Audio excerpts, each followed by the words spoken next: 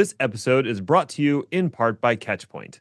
Catchpoint is an internet performance monitoring platform that gives you visibility into everything that impacts your applications from the end user's perspective. Learn more at the break.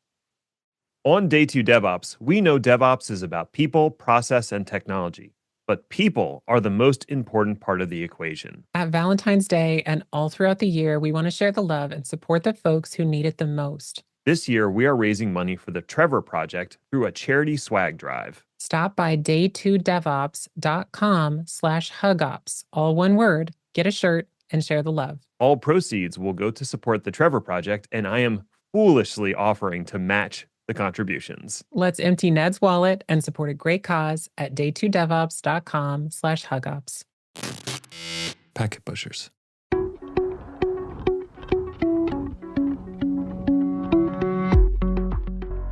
Welcome to Day 2 DevOps, where the DevOps is in the details. I'm Kyler Middleton, and on Day 2 DevOps, we explore those details and how you can learn from the mistakes of others and build a solid DevOps and DevEx practice on Day 1 and beyond. With me on this journey of learning and doing is my co-host, Ned Bellavance. Hi, Ned.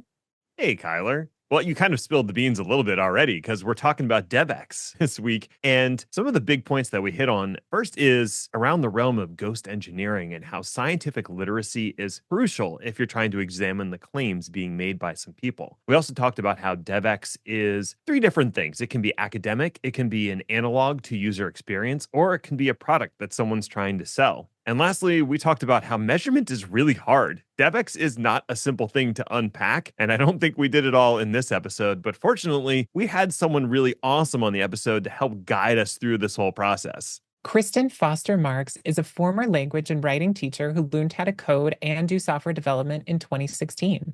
She's held development roles across the stack in multiple languages, has been a tech lead and an engineering manager, and has managed technical upskilling programs for large technology organizations. Her latest position is the head of developer experience at Depot, where she ensures that the experience of working with Depot is as good as possible.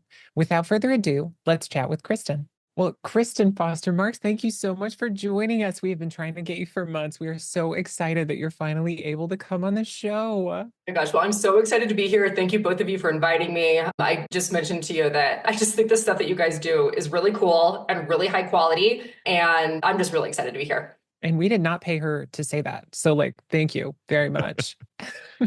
Well, Ned and I recruit a lot of folks from LinkedIn, and that's one of our kicking grounds around. And we keep seeing this term ghost engineering. And it feels like this idea that comes around every few years where engineers sort of remember that soft skills exist. And I thought of you immediately because you talk about this topic a lot and you've posted about it a lot. And I would love to just ask you and hear directly from the expert's mouth, what is a ghost engineer? What in the Casper does that mean?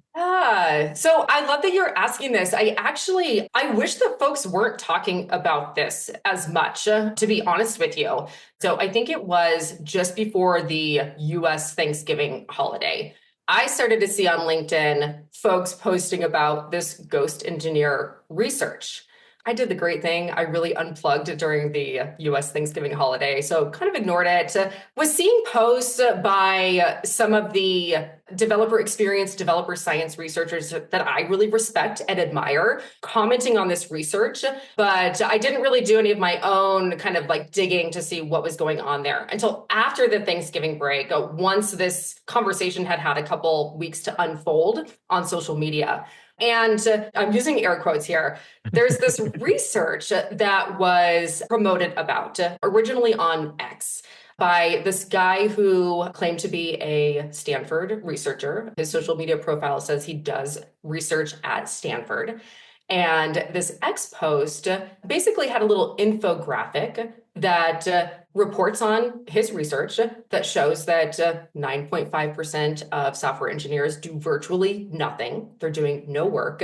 he termed these engineers ghost engineers. So this was the post that kind of incited all of this conversation. And as I'm looking at this post, I'm thinking, okay, like, who is this guy exactly? Like, he says that he does research at Stanford. What does that even mean, right? Yeah. So did a little bit of digging. Turns out he got his master's degree. He's got an MBA from Stanford earlier in 2024. It looks like maybe he was like a May graduate. Did produce a empirical research artifact that he collaborated with folks in the computer science department with, but hasn't been published yet, hasn't been peer reviewed. It hasn't kind of gone through some of those processes that we take that type of research through to make sure that it's meeting standards of like validity, reliability, ethics, that the claims that are being made based on it are actually valid given, the data collection, the methods used, stuff like that.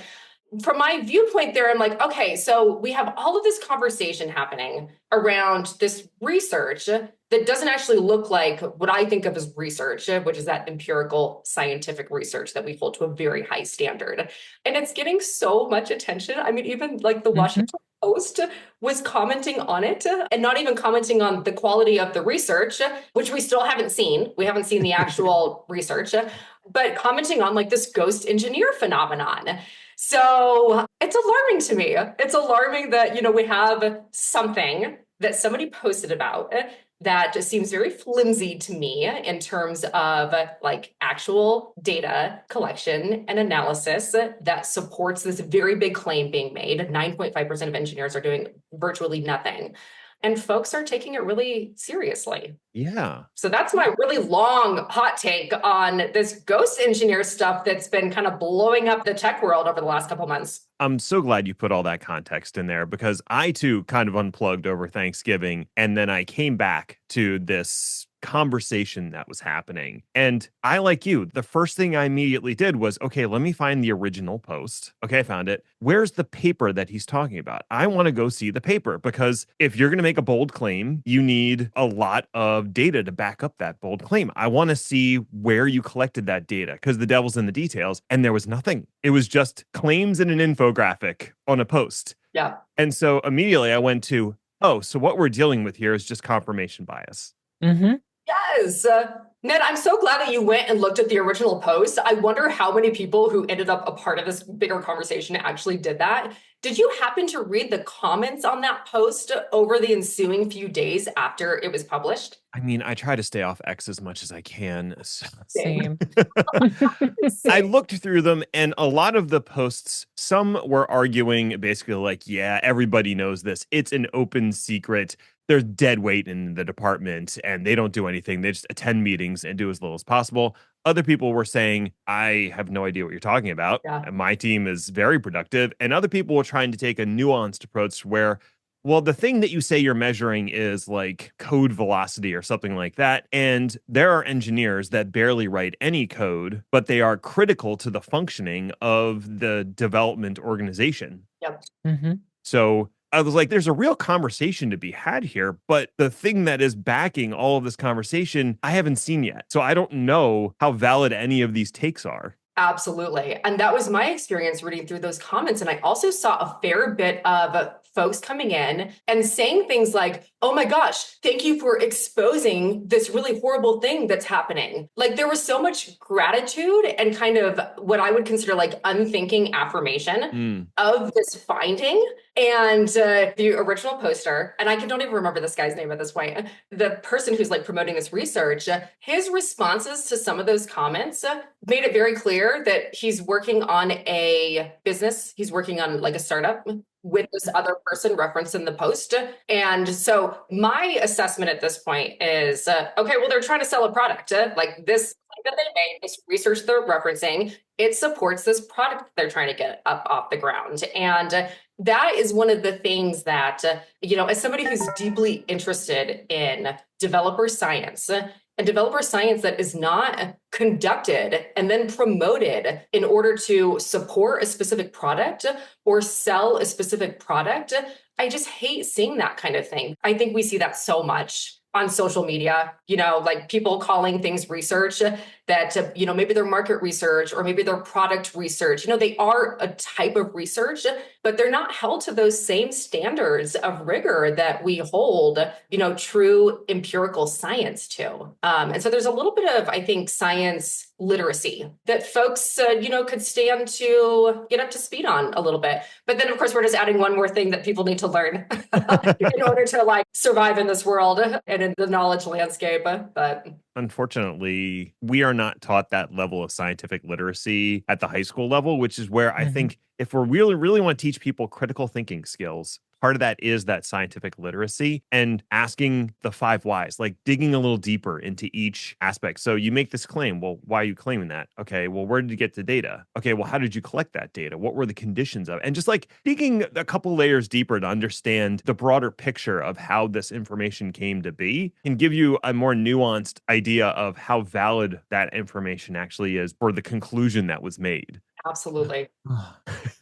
I think we consider that like a college level skill is teaching critical thinking, but I wish we hammered it home earlier because it's a precursor to learning. You need it to parse the world of information you're going to be thrown into. Absolutely. I taught college composition for about 4 years at Colorado State University. So programming is my second career. Before that, I was a language teacher and a writing teacher. And that first year composition course really focused on how do we find sources of information and hopefully primary sources? And how do we evaluate those sources for reliability and validity? And one of the things that, we covered straight off the bat in that course was really examining who is the author of this research and do they have the track record? Do they have the credentials in some cases? And I'll be the first to say that, credentials aren't everything. We know that some credentialing bodies, some credentials are, excuse my language, but, somebody who's getting a PhD in something, they're spending approximately 5 years. And then several years after that, if they do a postdoc, they're spending that time being an apprentice under more experienced researchers. So no, because you have a PhD, it doesn't mean that you are expert, that you, know more than the rest of us. But it does signify that you probably went through a pretty rigorous apprenticeship program. And it's just a starting point for kind of starting to assess somebody's credibility. You mentioned DevEx and that being your focus and your passion. So how are you applying that sort of scientific approach that we've talked about to the realm of DevEx? And maybe what is DevEx? Let's expand that term first, and then your approach to DevEx. Yeah, absolutely. Well, Ned, don't you know everything is developer experience these days? That's what I keep hearing people say. Developers. So the way that I define developer experience, I kind of use a 3-tiered approach. We have developer experience as an academic construct. So there are researchers who have devoted either their whole careers or some period of time to looking at developer experience as a phenomenon that we can examine in the software engineering world. Some of those folks look at software engineers who are working in enterprise environments, really large code bases, proprietary code bases. Some of those researchers really focus on open source projects, different challenges to kind of studying both contexts. But that's one big area in which we see this developer experience thing being talked about is in academia, in science. Then there's developer experience that is completely analogous to user experience. And I did some kind of digging in the social media archives last year for a post that I was working on. I was like, I wanted to know, okay, when is the first time people really started to talk about developer experience using that term? And it didn't start in academia. We started to see it kind of pop up in scientific papers around 2012. But even before that, there were folks talking about developer experience as an analog to user experience. And so there we're really talking about what is the experience of doing software development with this particular language or this particular tool or this particular platform. That's one of the things I'm focused on at Depot, where I'm currently at, is, okay, how do we make the experience of developing with Depot better for the folks who are using it? So again, analogs to user experience, to kind of product development stuff. And then we have this third category that I'm not really seeing people talk explicitly about a lot. I hope that we kind of see people start to comment on this a little bit more. We have this developer experience as a product, is what I'm calling it. So we see products like DX, which is a platform that purports to help you track, measure, and improve developer experience metrics in your organization. And products like DX, they're looking at things that kind of think more closely align with that academic, scientific developer experience construct. So they're not just looking at, okay, well, how easy is it to use the tools that your developers are using, but also like, what's the level of psychological safety on your development teams? They're looking at human factors as well. What are engineers' perceived rate of deployment? Can we compare that to the actual rate of deployment? And is there anything that we can surmise? Is there anything that we can improve upon based on, that particular analysis? And that's just one example of many. So again, to just kind of back up a little bit, developer experience as a product is very much a thing now. Products like Flow, they have a developer experience, dashboard now. Swarmia has a developer experience dashboard. Lots of different products are kind of jumping on the developer experience. I don't want to call it a bandwagon because I hope that it's here to stay. I hope that it's not just another fleeting phenomenon in the software and tech world, because I think it's really important to think about that experience of development for the folks who actually do it. But folks are certainly productizing it at this moment in time. So DevEx, it seems like it's the experience that developers have. And my day job is an internal engineer, a software engineer, and I've worked on platform teams where your job is platform engineering, which is like maintaining and updating and making the tools that the developers use to build your software easy to use and reliable. And there's also this sort of parallel field, which is developer relations, where you're maintaining the tools for people that don't work at your organization. You're maintaining the tools for folks that are outside that want to work with you and maybe give you money. Like that's the goal. Also, please give us money. In my mind, that is DevEx, but it's not exactly the same definition you use. So how do those relate? Yeah. So, Kyler, I think you're spot on there. And I think that goes back to this thing that people are saying more and more right now about, well, isn't everything developer experience? Platform teams are fundamentally charged with improving and maybe even maintaining a good developer experience for the software engineers and software developers who work in that technology organization, right? Their customers are those internal folks that they serve, which is so different than someone like me who fundamentally, I'm in charge of making sure that the developer experience, the experience of using the product I work on, is good for the paying customers who use it. So those are very different roles. And I think that kind of gets to your point. And I think it gets to just some of the trickiness in defining and even scoping what developer experience is. One of the things that I did when I was working on this like history of DevEx piece later last year was I went onto LinkedIn and I just filtered by developer experience. I filtered people by developer experience. I was curious to see, okay, what roles that explicitly reference developer experience are people holding these days? And the variety was astounding to me.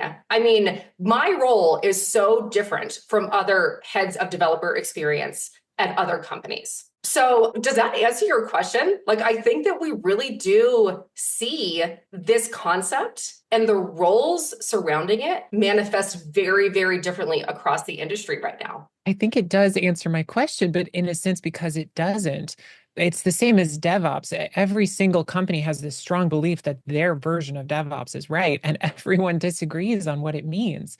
For me, I think it just means like caring about the experience of using software. And hopefully people like it enough to give you money and to use your tool and to build upon the things that you care about. Yep, absolutely. Yeah, you're spot on there. It's like it all goes back to this fundamental question of how can we make the experience of developing software better for the folks who do it? So, Ned, our app is down? Oh, no. No one can listen to us ramble on. I mean, pontificate about important tech things. But wait, our health checker shows all services are started. I guess the app is up, but our users can't get to it. Which brings up a great philosophical question. Is the app still up if no one can reach it? If a podcast falls in the forest, does anyone hear it stream? Maybe we can talk about this after bringing the app back up. Okay, yeah, that sounds good. How did you even know it was down? Catchpoint, our internet performance monitor, is showing our app isn't reachable from where our listeners are. Well, that is a problem, yeah. We could have kept screaming into the void and never have known. And you, dear listener, don't have to scream into the void alone either. Catchpoint is observability for your internet stack, just like application performance monitoring is observability for your application stack. And they do it with telemetry from their large, diverse observability network. If that sounds useful to you, check them out on catchpoint.com/DevOps. And thanks to Catchpoint for saving the show today. Now back to the episode. We're looking at two different kind of approaches. Well, you said three. There's the academic, there's building a product, and then there's just the user experience analog. I would imagine that the incentives for improving each of those is different for each of those domains. So with your role at Depot, which domain do you find yourself falling in most strongly, and what are the incentives to improve things for developers? My domain at this point in time is very solidly in the product development, user experience realm. Okay. Depot is a startup. It is just like any startup. The platform is incomplete at this point. Like, we're constantly taking feedback from users on things that we could add, things that we can improve. And all of those things we could add and things we can improve, hopefully will make the experience of using the software better for folks in various ways. So that's where I'm focused. The co-founders, Kyle Galbraith and Jacob Gillespie, they are so wonderful. They're allowing me to keep kind of my head in the kind of the thought space of developer experience as well. So I do spend a little bit of my time just making sure I'm reading the latest scientific papers that are coming out, that I'm staying up to speed with the public conversation, the community conversation around developer experience, which I think we could probably all agree is important for whatever field you're in, whatever domain you're in. You want to kind of keep track of what folks are saying and contribute to that knowledge building and that conversation. That's a fair bit of what I'm doing as well, which I would kind of box into that maybe like DevEx as a construct category. Of the three. Definitely not in the like developer experience as a product space. Like, we're not building a product that is meant to help organizations measure their developer experience and then improve that developer experience at like a really high holistic level. One of the things that I know is really important in the world of DevOps is the ability to measure something. If you can't measure it, you can't figure out how well you're doing on it. Yep. How do you measure developer experience? It feels very vague and like loosey-goosey. It's so hard. People have been trying to figure this out for years, and we will never have it completely figured out. And I think that's because there are so many facets of developer experience. There's the very, very measurable. So I think, can say with a lot of confidence that if your software build times are taking 63 minutes, that can get frustrating, right? If we could get that build time down to 10 minutes and thus increase our deployment frequency, those are just two kind of developer experience metrics we could look at, then we can actually track and say, okay, like, we improved the experience of developing software at this company on this team. But how do you measure some of the more human, unmeasurable factors? So developer happiness is a term that has popped up in the last couple of years.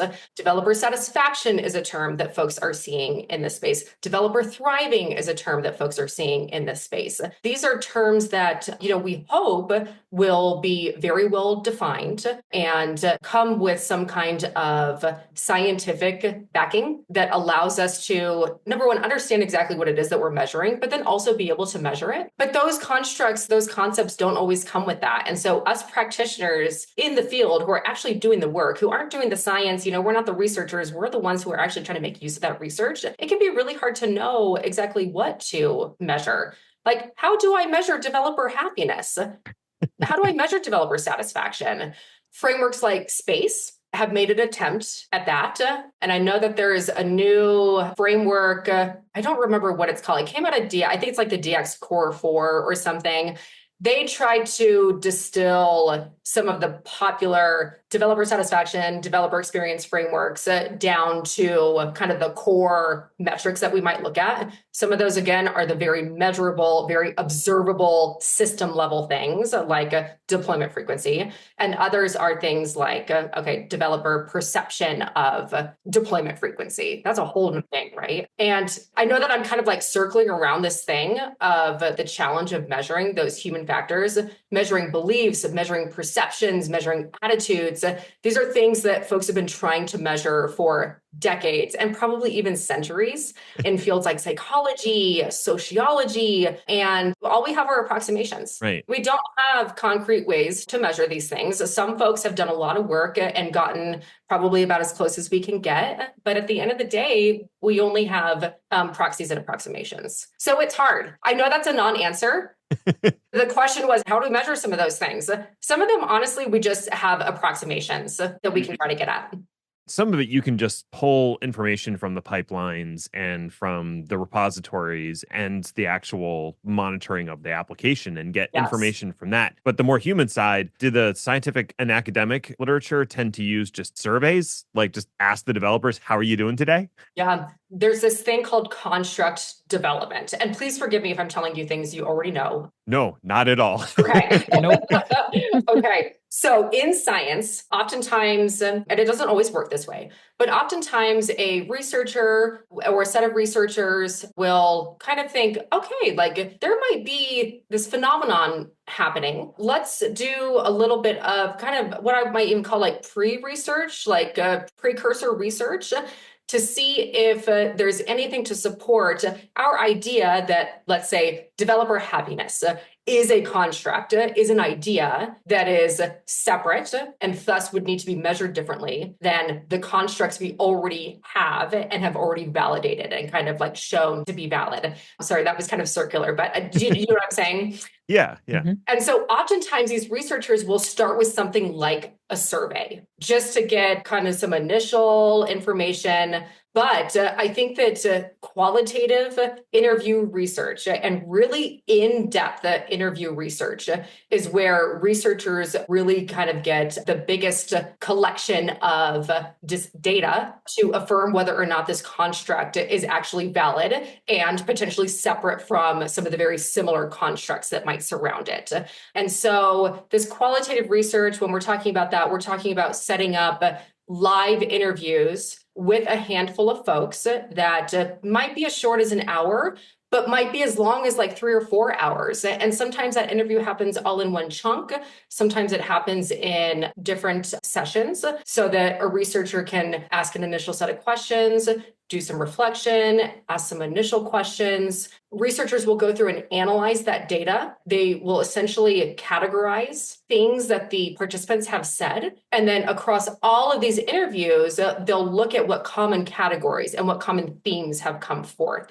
And they'll kind of analyze those themes and those categories against their hypothesis that hopefully they have written down and made available to folks beforehand. That's one piece of this kind of like ethical research is we want to kind of be really transparent about what we are looking at when we go through this data collection and data analysis process to make sure that we're not just collecting a bunch of data and then making some theories based on what we've seen. Like that's not really how the scientific method works, right? Like we go in with a hypothesis with specific research questions and a specific hypothesis. And so that's kind of how that construct development gets started. I just wrote a piece for the Developer Science Review where I was looking at a paper. It's a scientific paper, and it looked at these 10 DevOps principles that a huge thought leader in the space had proposed. Oh my gosh, I think it was in like 1999. And the industry has widely adopted these 10 principles, but the researchers kind of realized, okay, we don't actually have much, if any, scientific research that examines the efficacy of, I think it was about like 6 or 7 of these principles. A few of them had been looked at, but others hadn't. And so we kind of had this interesting thing happening where, we had these thought leaders in the industry say, oh, like these are the 10 principles of software delivery. Like if you have these things kind of figured out, like you should have an effective pipeline, effective team, like things should be moving through your pipeline like pretty quickly and efficiently.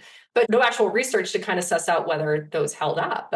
And decades later, they're still being referenced by people and used.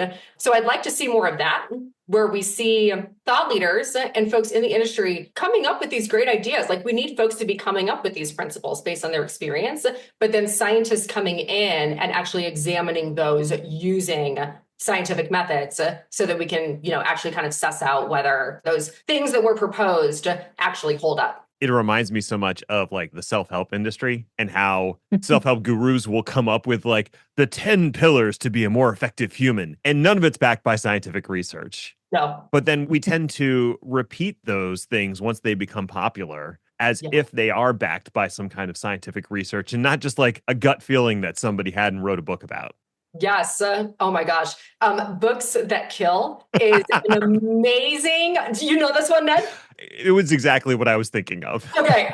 Yeah. So for the listeners, an amazing podcast where, yes, they take a book every episode and it's typically some kind of self-help book, but sometimes it's just like a thought leader in the space who wrote a book about something and they really kind of I don't want to say that they tear these books apart, but they tear the ideas apart. And you really get to see some like real-time critical thinking. I think it's really instructive, even if you don't agree with these podcast hosts at the end of the day. And sometimes I don't. Sometimes I listen to an episode and I'm like, I don't think they actually know about this that might have informed their thinking. Mm-hmm. That's fine. That's how community knowledge building works, right? Not a single one of us knows everything to be able to evaluate anything perfectly. But the process that they go through in analyzing these books and these ideas, I think is really instructive. If I were still teaching at CSU, if I were still teaching this college composition course, we would analyze those podcasts for critical thinking, just kind of instruction. Yeah, fantastic podcast. That's exactly what I was thinking of. Okay. Their treatment of some of the Malcolm Gladwell stuff and like Dunbar's number and how that's just taken as a given. And it's like, well, was there actual research behind that? Yeah, it's amazing. Yeah, Brene Brown. People love Brene Brown. Mm-hmm. Where's the research? Where's the research? Well, I want to bring this back to DevEx a little bit. This is so fun. So if I want to bring these practices back to work and do them and start establishing like developer experience practices, or maybe even like a vertical where we start doing this stuff, other than recommending Books That Kill, which I absolutely will be doing. Amazing. What do I do? How do I get started doing this at home? Yeah. So I think that with anything, we need to educate ourselves first. So I would recommend to folks just learn a little bit about this kind of DevEx as a product space. So again, DX has a product. DX is a developer experience product, but like Jellyfish is doing developer experience metrics. Flow is doing it. Swarmia is doing it. I think Harness is doing it. So I think a good place to start is to look at some of those platforms and to, full disclosure, I'm not here to sell or support any of those. Like that is just the product space right now. Mm-hmm. But I think you can learn a little bit about the things that people are measuring and, maybe sign up for one of those platforms to get you started. Or what you can do is go and look at some of those seminal and kind of groundbreaking research papers that look at developer experience and developer satisfaction and developer happiness and developer thriving. Read those papers and, oh my gosh, even better, do like a book club or like a research paper club with your team or with your tech organization so that everybody's kind of like building this knowledge base together and speaking the same language. Really learn about the things that you can measure. What parts of your developer experience can you measure? Do you feel confident measuring within your context? And then create experiments around it. So if you, end up deciding as a team, oh my gosh, like our build times are so slow. Like we're waiting 2 hours for this monolithic application to build. and it's making us frustrated. It's decreasing our developer happiness, but it's also decreasing our deployment time, our deployment frequency, our velocity metrics, they're being affected by this. Maybe just focus on that one metric for a 2-week or a 4-week cycle and see if you can move the needle on it. Yeah, don't try to eat the whole elephant at once, I guess, with developer experience. And I think that luckily we're seeing a lot more folks kind of say that really explicitly at this point. I'm seeing folks who are working on these DevEx as a product platforms say like, hey, like you're not going to change everything at once. Just tackle like the most meaningful metrics in your context for your team to get started. It's a journey. It's a thing that it's not going to be like a 3-month project that you're done with at the end of 3 months. Like developer experience, it's going to be an ongoing initiative for teams. The whole premise of this podcast too, like even our name is Day 2 DevOps, is once you establish your practice, like then you have to do it and you do it forever. You try to get better at it forever. Yeah. So it sounds exactly the same. I have to imagine that even starting that conversation can help. Like just saying, hey, I care what your experience is a really green flag for a company to do to an employee. Like I would feel very special, very like I matter, if someone says, well, like I actually care whether your job is easy to do or not. Absolutely. Yeah. And there's a gentleman that I interact with a bit online who went through this process of trying to improve developer experience at his organization. This was, I think, beginning of last year. And he was in the lead dev Slack asking folks, just like asking the general community some questions and for some feedback and for some advice based on his initial developer experience faucet data gathering. And just like the way that the community kind of jumped in and contributed some ideas and contributed, thoughts on their own lived experiences. And it was really, really wonderful. But one of the things that came out of his research was folks on his team were telling him, thank you so much for asking these questions. Nobody has ever asked me how I feel about these things before. And just knowing that the tech organization cares or the company cares, and that we're taking the time to gather, analyze, and take action on those metrics, like makes me hopeful for the future of this technology org. As software engineers, it sucks when things are broken. And some of us raise our hands and try to raise awareness. And some of us try to, unbreak those things and move the needle. Some folks don't, and that's fine. It takes all kinds to, make up a team in an organization. But there's nothing more frustrating than raising your hand and saying, hey, I see that this is broken and I have an idea for how we might fix it. And then nothing happening. I mean, I left a job because of that.